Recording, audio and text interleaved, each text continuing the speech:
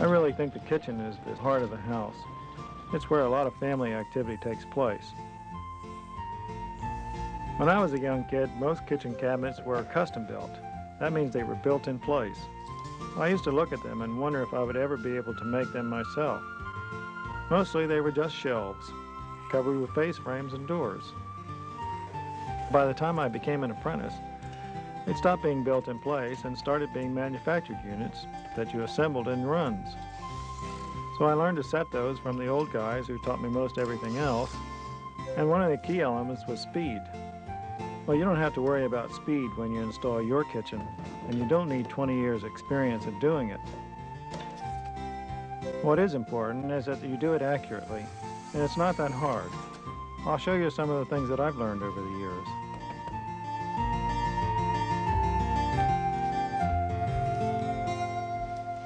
Hello, I'm Tom Law. In the 28 years I've been a carpenter, I've installed a lot of kitchens. We're here in a new addition to an old Pennsylvania German-style farmhouse, and the owners have been kind enough to let us use their space so that we can demonstrate how to install kitchen cabinets and countertops. I've been working here about 5 days, but the work doesn't begin there. It begins in the planning stages. So the first thing we'll do on this videotape is talk to a kitchen planner, and he'll tell us how this kitchen was designed. Next, I'll go to these two walls and do the layout for these base cabinets. Then I'll set this corner Lazy Susan unit, which is a rather difficult one to install, and tell you how to make it plumb and level, even when the wall isn't straight. The adjoining base cabinets are next, and I usually work alone. That gives me a surface for my props to hold the wall cabinets up. If you have a helper, you can install the wall cabinets first, and that way the base units won't be in the way. After these are up, I'll go to the island. This is an L-shaped unit made out of 6 cabinets. I'll show you how to level them all up and fasten them to the floor. Also how to deal with an inside corner. We're going to deal with 2 kinds of countertops. In this house, this is a Corian top, which we've seamed in place. Then we'll go to a countertop shop and show you how to make a plastic laminate top along with the sink cutout.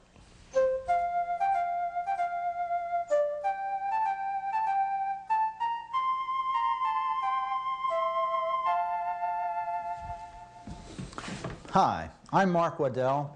My wife Betty and I operate Waddell Kitchen Planning in Westminster, Maryland. Homeowners and builders come to us asking several questions. The first is typically, what cabinet shall I buy? Now, that all depends on several things: the lifestyle, your needs, and of course the budget. Now, I brought with me out of my warehouse several cabinets to show you their design, their function, and their style. Now, this is an economy model, and the corners are put together with metal fasteners which can rust. And if you'll see at the rear of the drawer, there's a lot of lost space because it doesn't go the whole way back. Also at the front, there's limited access because it doesn't come the whole way out. Now, this cabinet only has one shelf, which is non-adjustable, and it only runs half the length of the cabinet. Now, there's another thing I want to show you, and that is that the side of the cabinet looks like real wood, but it's really a photographic finish applied to a fiberboard which can damage and chip easily. Now, the drawer and door facings are solid oak, which is good. However, the hinges are not fully adjustable. This cabinet is a little bit better grade. It's a knockdown cabinet that comes in boxes, and it is a bit shaky until it's installed. Now, this style is very different than the other cabinets. This European contemporary style is popular because the plastic surface is easy to clean. The plastic is laminated onto the particle board sides, and the drawer slides are a step up from the first cabinet. And we'll take a step up in quality when we look at this cabinet and see that there's a much deeper drawer, less wasted space. The sides are still particle board, but the face frames and drawer and doors are solid oak. And inside, we have a roll-out shelf, and this is a popular cabinet. And finally, let me show you the cabinets that Mary Jo and Dan have chosen for this kitchen. These are top-notch cabinets with plywood sides with real wood veneer. And another nice feature is this dust cover, which makes a solid and rigid construction. And inside we have a drawer, which is solid wood, finely finished. And attached to these drawers are drawer faces of fine finished pecan. These cabinets should last Dan and Mary Jo a lifetime. Let me make a suggestion. The cabinets that you choose, let them be of high quality. You'll never regret it.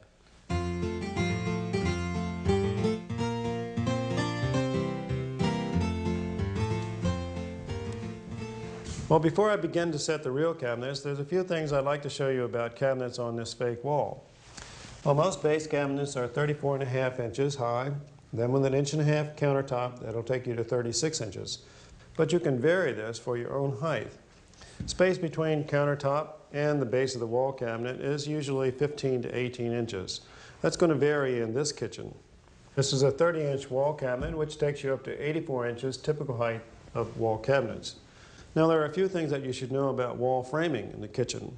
And here's a handy way to handle the drywall. Instead of putting a 4-foot sheet up and then a 4-foot sheet down, which would give you a joint right here between the countertop and the bottom of the wall cabinet, split the drywall for a 2-foot piece on top, then a 4-foot piece, and then a 2-foot remainder down here.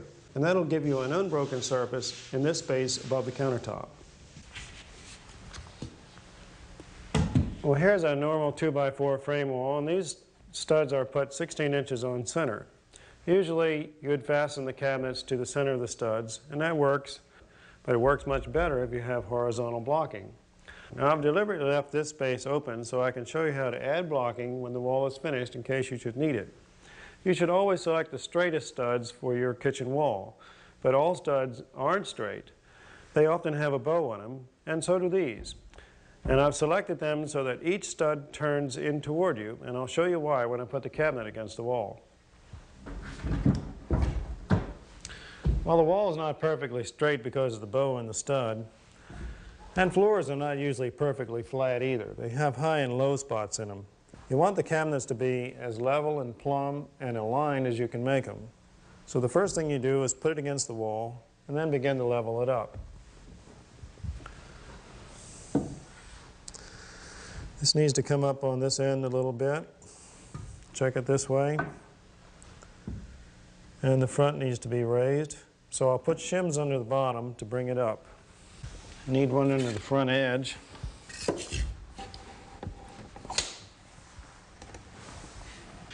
Well, now that the cabinet is plumbed and leveled, you can see the advantage of turning the bowed studs out. It's tight across here where it matters, and it's cracked at the bottom. All these cabinets will be assembled and the crack won't matter. But if this were a freestanding cabinet and this end were exposed, you'd want to scribe it against the wall and the floor. Now here's a little trick about scribing. This is a dark stain, and as you can see, you can't see that pencil line on that dark stain. So use masking tape. Now you can see that line, so wherever you need to make a scribe, just use masking tape first, and then you'll be able to see it.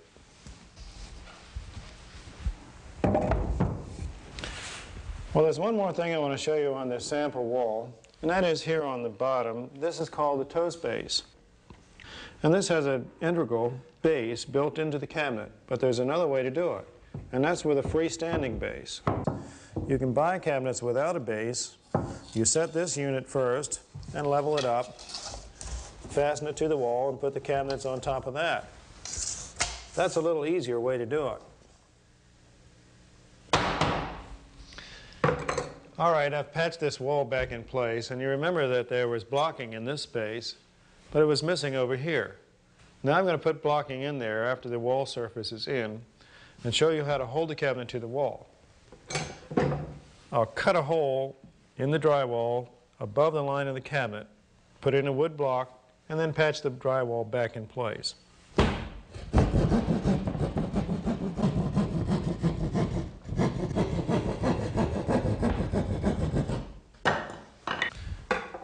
I'll put some glue on this block.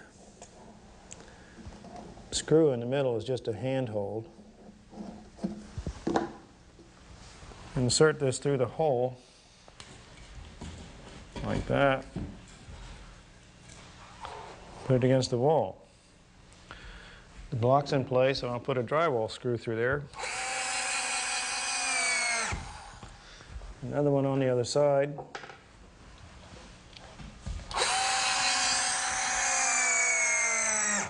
All right, now I'm going to back out the one that I used to hold it with,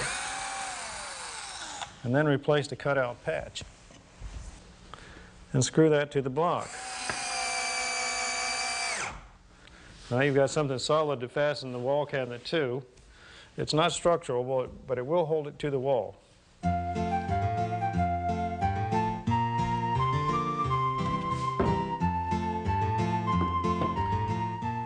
Well, here we are in an empty room and blank walls, so where do you begin? I usually start by making marks on the wall, which will give a horizontal line for the top of the base cabinets and also the location of the cabinets. Now this line depends a lot on the condition of the floor. So the first thing I'll do is check the floor for level and straight. What I'm looking for is bumps or dips in the floor, and I just step it off with a 4-foot level. You could use a long straight edge with a shorter level on top. Well, here's one bump. Not too bad, but I need to know it's there. This is a pretty typical floor. Oh, you're probably wondering what this is. It's just a 15 or 20-foot length of clear plastic tubing that I use as a water level. I fill it by siphoning and let it flow until the air passes. And then I test it by holding the two ends together, and you'll see that water seeks its own level. There we go. Now back here in the kitchen, I measure up from a level part of the floor to where the top of the cabinet should be, typically 34.5 inches.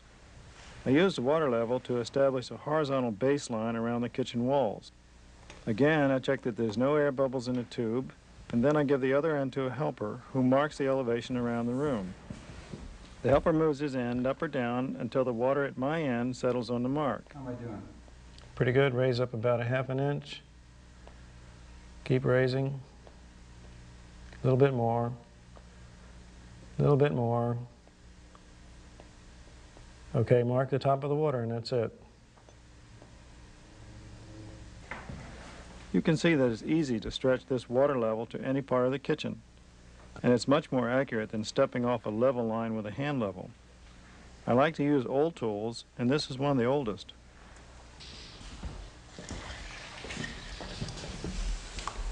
All right at the bottom of the line, top of the line is on the mark. Got it.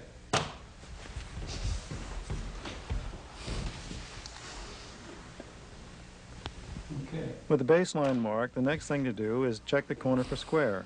Measure 3 feet out on one wall, 4 feet on the other, and if the corner is square, the hypotenuse will be 5 feet. Here I'm checking each wall for plumb. This wall's good, but it pays to check. I once found a huge bump in the wall that turned out to be a buried electrical box the drywaller missed. And finally, I checked the walls for straight. I'm using a homemade straight edge, but you could use a straight stud. This wall's great, but this wall is more typical. It has a few bumps and dips caused by bowed studs or spackle buildup. These dips may create gaps behind the cabinets, which I'll have to shim. It's time now to transfer the locations of the cabinets from the plans to the walls. I only mark the width of each cabinet along the baseline, but it may help you to completely outline the shape of each unit directly on the wall. That way you can visualize a finished run of cabinets, and it may also help to prevent a mistake.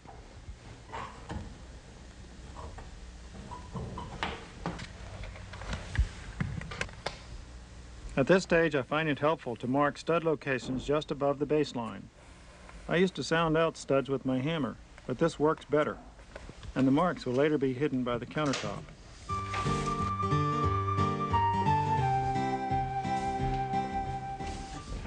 Time to get down to business. It's usually best to start the installation at an inside corner and work out from there. This is a Lazy Susan, and the first thing I do is align it with my layout marks and level it up. I check for level on both sides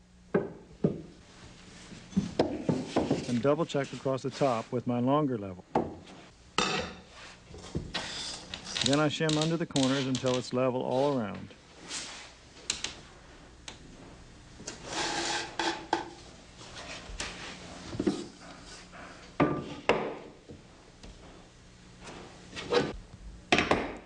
After the cabinet's in place and shimmed up to level, this is what you hope to see. This wall is nice and plumb and straight, but that doesn't always happen. More often than not, you'll find a crack like this, and this runs out to 0 on the bottom. When you screw the cabinet to the wall, don't try to close that space. Instead, put a shim shingle in there, fill the space with that, and then screw through. Okay, since the cabinet is leveled up, the distance between the top and the baseline is the same on both sides. So I'll adjust the scriber and then scribe off the bottom. Now when you use a scriber, you hold it parallel, not like this or like this, because it won't be accurate. Now every kitchen is different. I'm scribing quite a bit off of these cabinet units because of the irregular tile surface and because the owners wanted a slightly lower countertop height. But your base cabinets may not need to be scribed at all. If your floor is relatively level, you could simply shim any low spots to meet the baseline.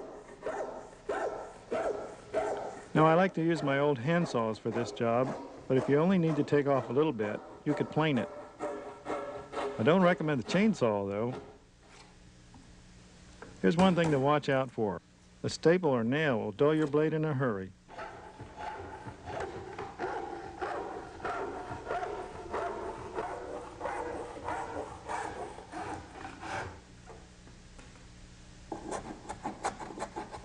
And I use my block plane to catch what I've missed.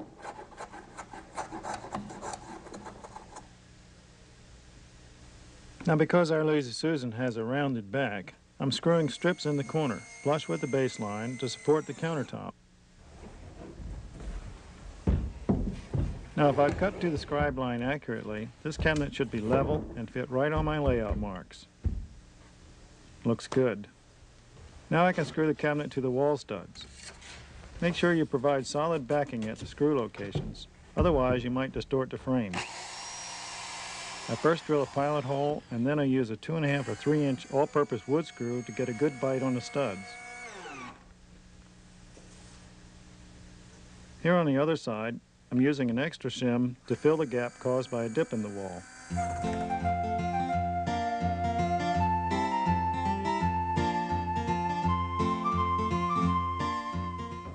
Well, this is the second cabinet, and it's already been scribed to the floor. Before I screw it to the wall, I first need to screw it to the Lazy Susan. I bring them together tightly at the front with a C-clamp. And before clamping at the back, I insert a shim to keep the sides parallel.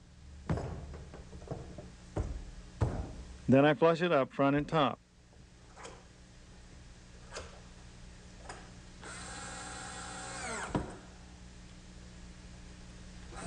These are 1 5/8" screws. Now that the top is together, I clamp the stiles tight. Drill pilot holes, which are always a good idea but absolutely necessary in this hardwood. Countersink. And put in screws which are long enough to sink well into the other stile. Well, now I'm working on the third base cabinet, and this side joins the other side, and I couldn't get to it to scribe it, so I cut it by measure. I missed it a little bit. It was a little too low, so I put a screw in here to adjust it up.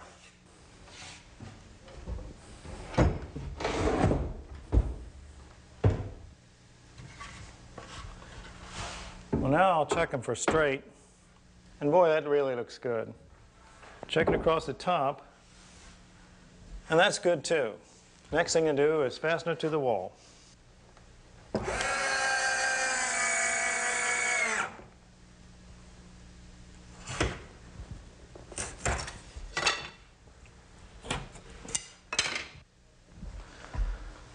Well, the next space is a 24-inch space for the dishwasher, and since it's blank right now, I don't have anything to measure from. This will be a sink-based cabinet, and I need to cut out for the plumbing lines. So I've made a vertical line here, represents the edge of the cabinet. I'll measure from the line to the center line of this drain, down from the base line to the center of this drain, over from the vertical line to the center of the 2 water pipes, and out from the wall. Now the cabinet is oriented to its location, and I've laid this out, and now I'll cut it.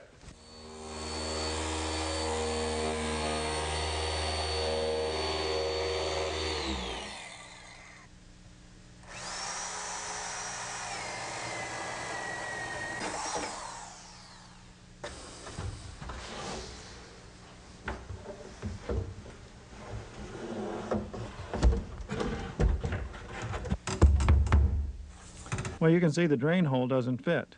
When I scribe and cut the bottom off, it will.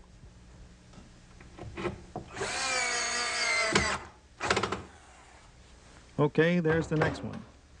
Now I'll check this run for straight, along the front and on top. Now's the time to make any corrections by adjusting shims between the cabinets or along the wall. A little effort now will be paid back when you put the countertop on.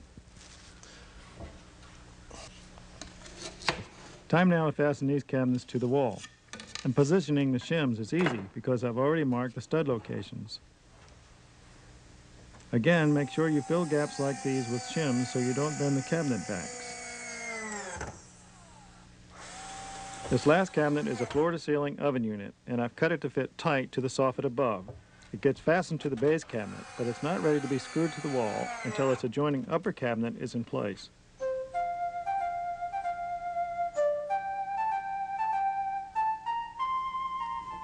Just as I needed layout marks for the base cabinets, I have to mark for the wall units, and here I make a plumb line the height of the cabinet. Well, this is my first wall cabinet, and it's upside down right now because I've drilled this hole for this wire. And this is an under-counter light. I've also drilled pilot holes at the stud locations. Now I'll turn it up and put it in place. Now there's no sense lifting more than you have to. Take the doors off heavy cabinets to save your back.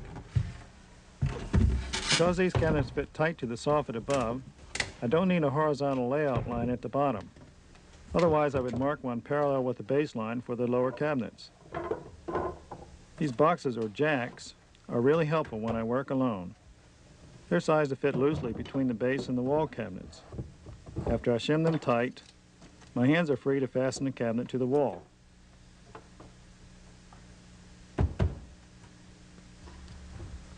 Wall cabinets hang from screws, which go through mounting strips at the top and bottom. It's important to use them because the backs of most cabinets are very thin.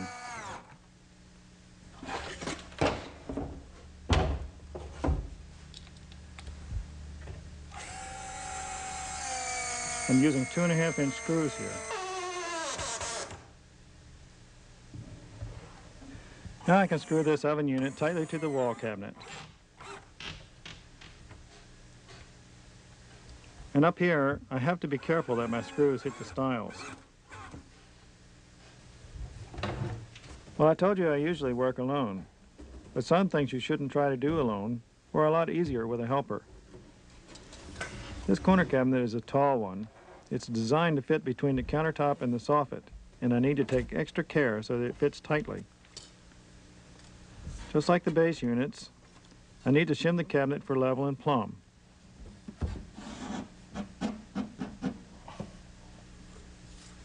Here I'm checking to make sure the countertop will slide underneath.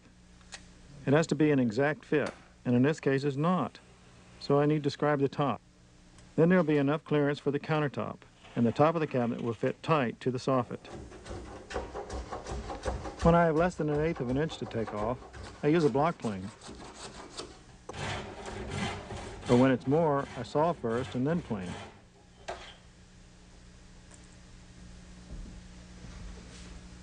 Well, I'm going to take a little break after wrestling with this cabinet for a little while. This lower portion here is called an appliance garage. And normally you'd set this kind of a cabinet after the countertop is in place. But I've gone ahead and put it in place now because we don't have the top yet. You'll notice that it didn't quite meet the layout line. There's a strong 1/8 of an inch here and the same amount on the other side. Even though you should work just as accurately as you can with cabinets, sometimes you have to compromise. The walls aren't perfect, and maybe the cabinets aren't either. This cabinet goes up a little quicker. Again, I fasten it to the adjoining cabinet and then through the mounting strips into the wall.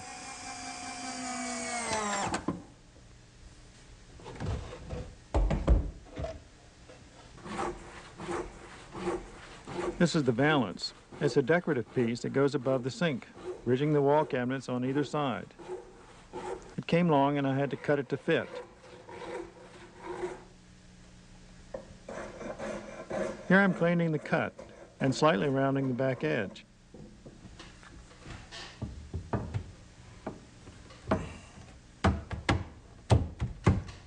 That's a tight fit. And I don't want to force it in and damage it, so I'm going to spread this apart a little bit.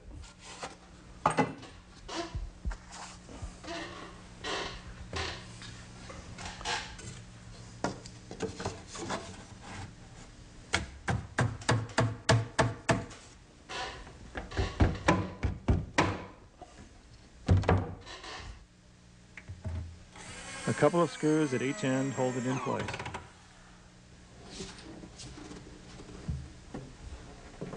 Now we're hanging the last cabinet on the other wall. The shelf on this cabinet will hold a microwave oven. And I'm fishing for the wire right now. Be careful not to cover these wires up. They'd be hard to get out later.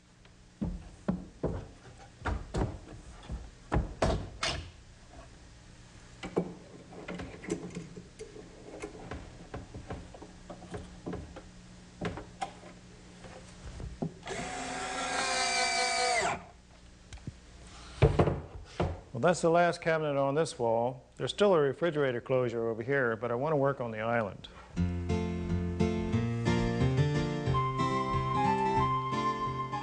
Well, this is an L-shaped island, and it's made up of 6 base units.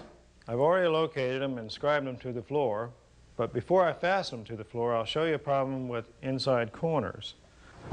Now, if this cabinet were over here close, you'd have this problem.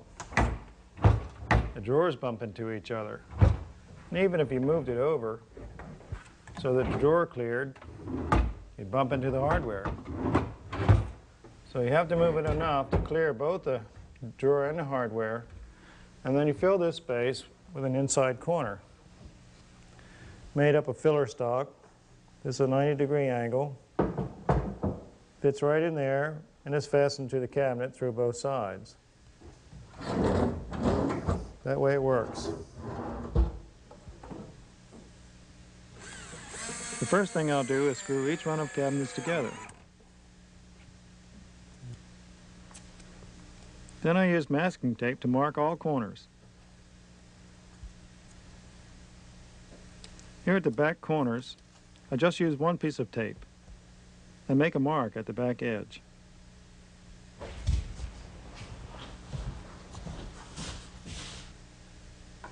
Next, I drill pilot holes in 1x4 blocks, which I'll screw to the floor to hold the island in place.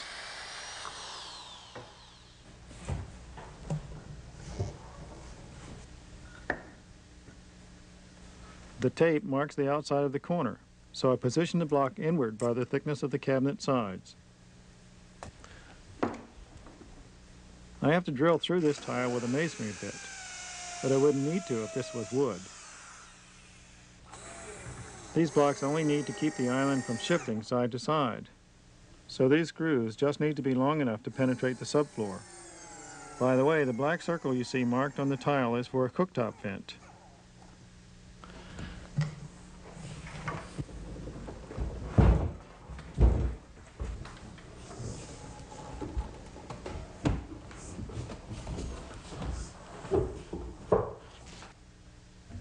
Now I can fasten them together at the inside corner and screw them to the corner blocks.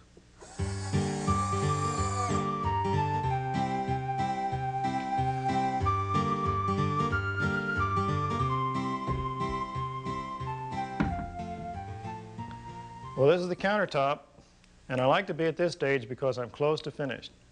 This is corian, it's 3/4 of an inch thick, built up to 1.5 inches on the front edge, and 3/4 pieces of particle board in between. Now this top came from a custom top shop, and it came in 2 pieces. That means I'll have to join this here on site. This is a special 2-part bonding agent that I need to mix before applying it. I'm careful to spread it on these backing blocks and along both edges at the seam. And I squared a little extra in the seam before bringing the 2 pieces together. To get a tight bond here at the front, I use a C-clamp.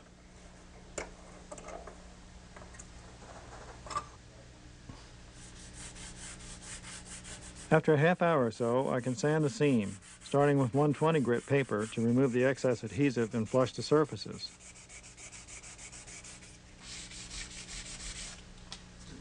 And then I finish up with 400 grit. I'm hand sanding here, but you could also use an electric sander.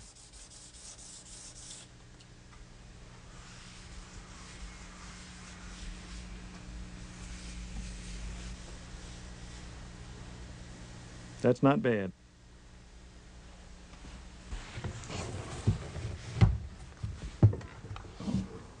Here's the way most countertops are fastened to the cabinets. Just screw up through the cabinet corner brace into the wooden underside of the top. Well, now I can put the backsplashes in place. So I run a bead of silicone caulk along the bottom and along the wall.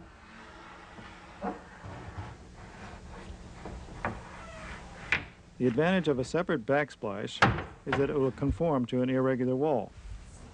A Corian top comes with a loose backsplash, and you can also order laminate tops the same way. I'll just make sure to press it tight to the wall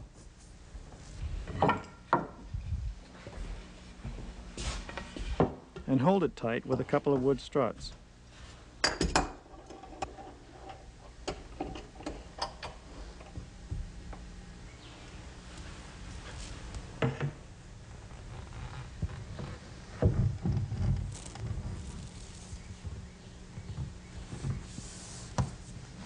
After the caulk sets, I'll clean up any excess.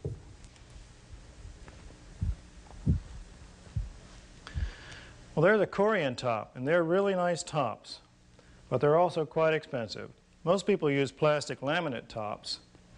The next thing I'm going to do is put these doors in place, and while I do that, you can go down and visit Kevin Bennett, who's a countertop builder and a custom woodworker in New Windsor, Maryland.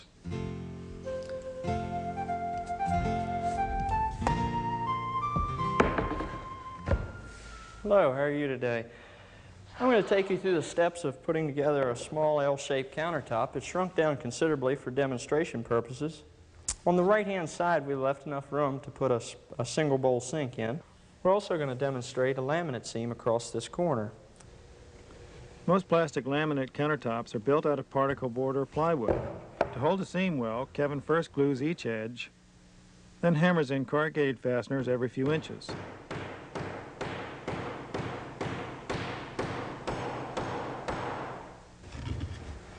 Next, the edges are built up with 3/4 inch strips, which are glued and nailed, and a regular hammer will work just fine here. To reinforce the seam area, Kevin uses a large wooden plate, glued and screwed in place.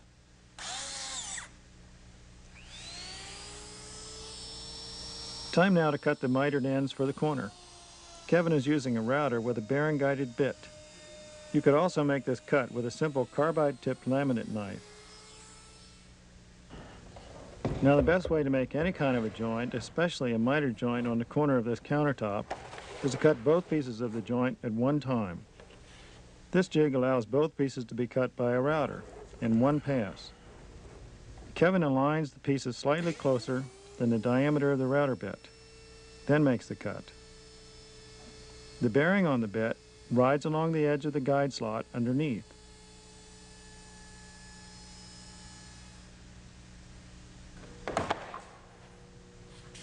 That's nice.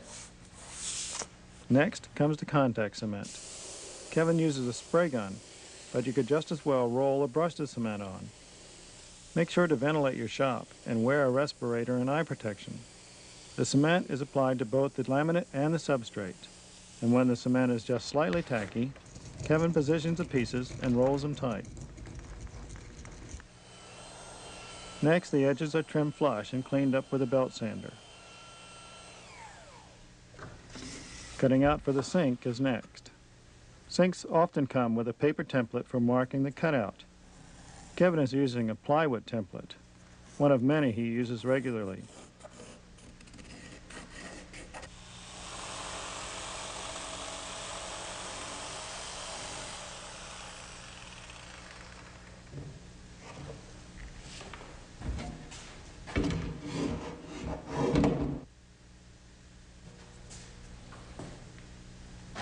Time now to stick the top pieces on. The plastic tubing keeps the pieces out of the glue until the joint is aligned.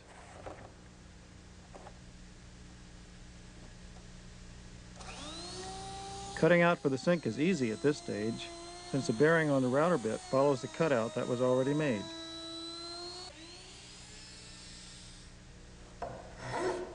After the excess laminate has been trimmed with a router, Kevin uses a mill file to do the final dressing. And finally, the backsplash goes on.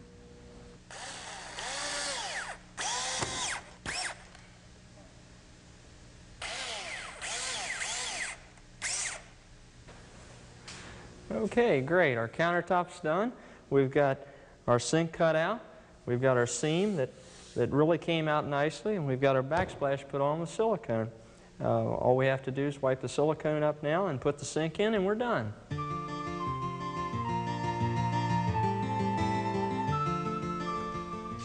Well, Kevin showed you how to make a top in a production shop. I'm in another section of the shop where I've made a kitchen mock-up to show you a different kind of countertop. Now, this is a post-form top. It is made of a single piece of laminate, comes across the backsplash into a cove, across the width, and bullnosed in the front. Now, this post-form top is the most common type of top you'll find at your lumber company or home center.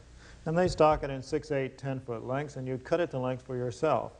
Or you could order it cut to length from a custom top shop. I'll lift this top to show you how these two pieces are joined together. It's mitered on the inside corner and held together with these draw bolts. Now, before you put this joint together, run a good bead of silicone in there and then draw it together with the bolts. And another thing, this joint has to be accurate, and it's best left to the pros. So if your counter makes a turn like this, buy these pre-mitered. Well, next I'll show you how to fit a backsplash to a wall that has bumps or gaps in it. Now, this countertop has a strip to allow for that scribing. First, you'd push it tight to the wall, and then check the front for parallel. Now, you want that to be accurate, and you might have to fuss with it a little bit. Once it's set, take your scriber, set it to the widest gap, and then run it down the length.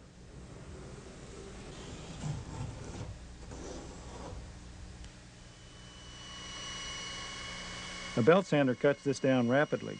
If you don't have much to take off, you could also use a block plane.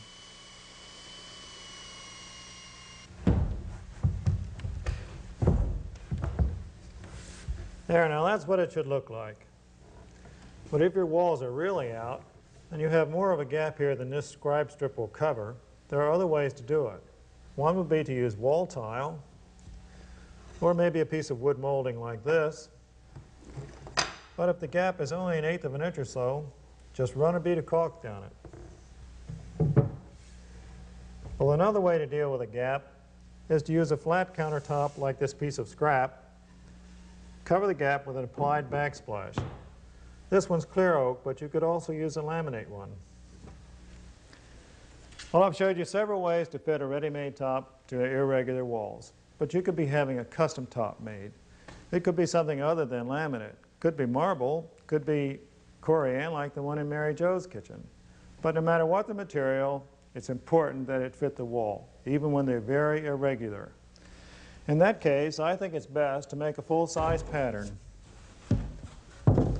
Now, this is a piece of 1/4 inch plywood that I'll scribe fit to the wall. Make sure that it fits and send that out to the shop. When it comes back, you can be sure of an exact fit.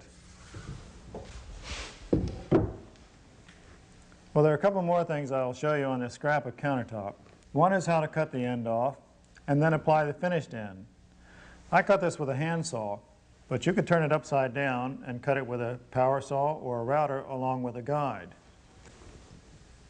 The trick to cutting this with a handsaw is to use a fine-tooth saw which is sharp.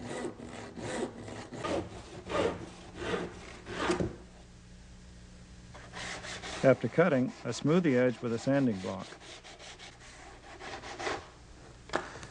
Okay, now this surface is ready, and here's the end cap.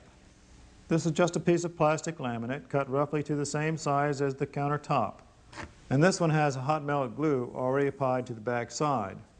I'll put it in place, heat it with a household iron, and when the glue is set, I'll file it flush with a file. But before I do that, I'll have to fill this space with this filler, which came along with the end cap kit. Well, this is set at a medium heat, and I'll just heat up the laminate and the glue, and then I'll press it in place using a damp cloth.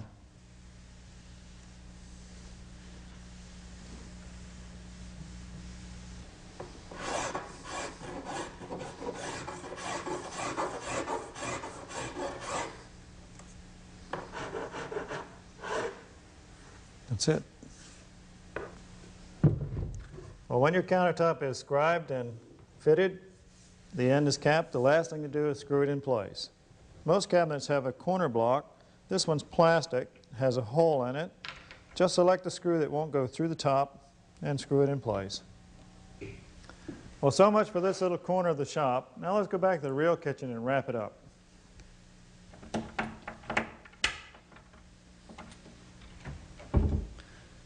Well, that takes care of the doors and hardware, and now it's ready for the appliances and the plumbing. Now, this kitchen is bigger and fancier than most, but the principles of cabinet installation will be the same for any kitchen. If you apply the cabinets plumb and level, you'll avoid a lot of problems with doors that bump into each other or are misaligned. But doors often need final adjustment, and these hinges are adjustable for up and down and sideways. Loosen the screws, adjust the door where you want it, and then tighten them back up. Well, there's one more thing that I didn't show you, and that's the finished base. This is a 1/4-inch piece of plywood with the finished veneer on it. It has masking tape on it because I had to scribe it to the floor since the tile is irregular. And then just put it in place and nail it up. Now over at the island, I'll finish this up with a finished panel across here. And when the countertop arrives, just put it in place. I'll wrap up the other wall with a desk unit and one wall unit. Well, I hope what I've shown you will be helpful to you. Just remember to work plumb and level and as accurately as you can. And good luck to you.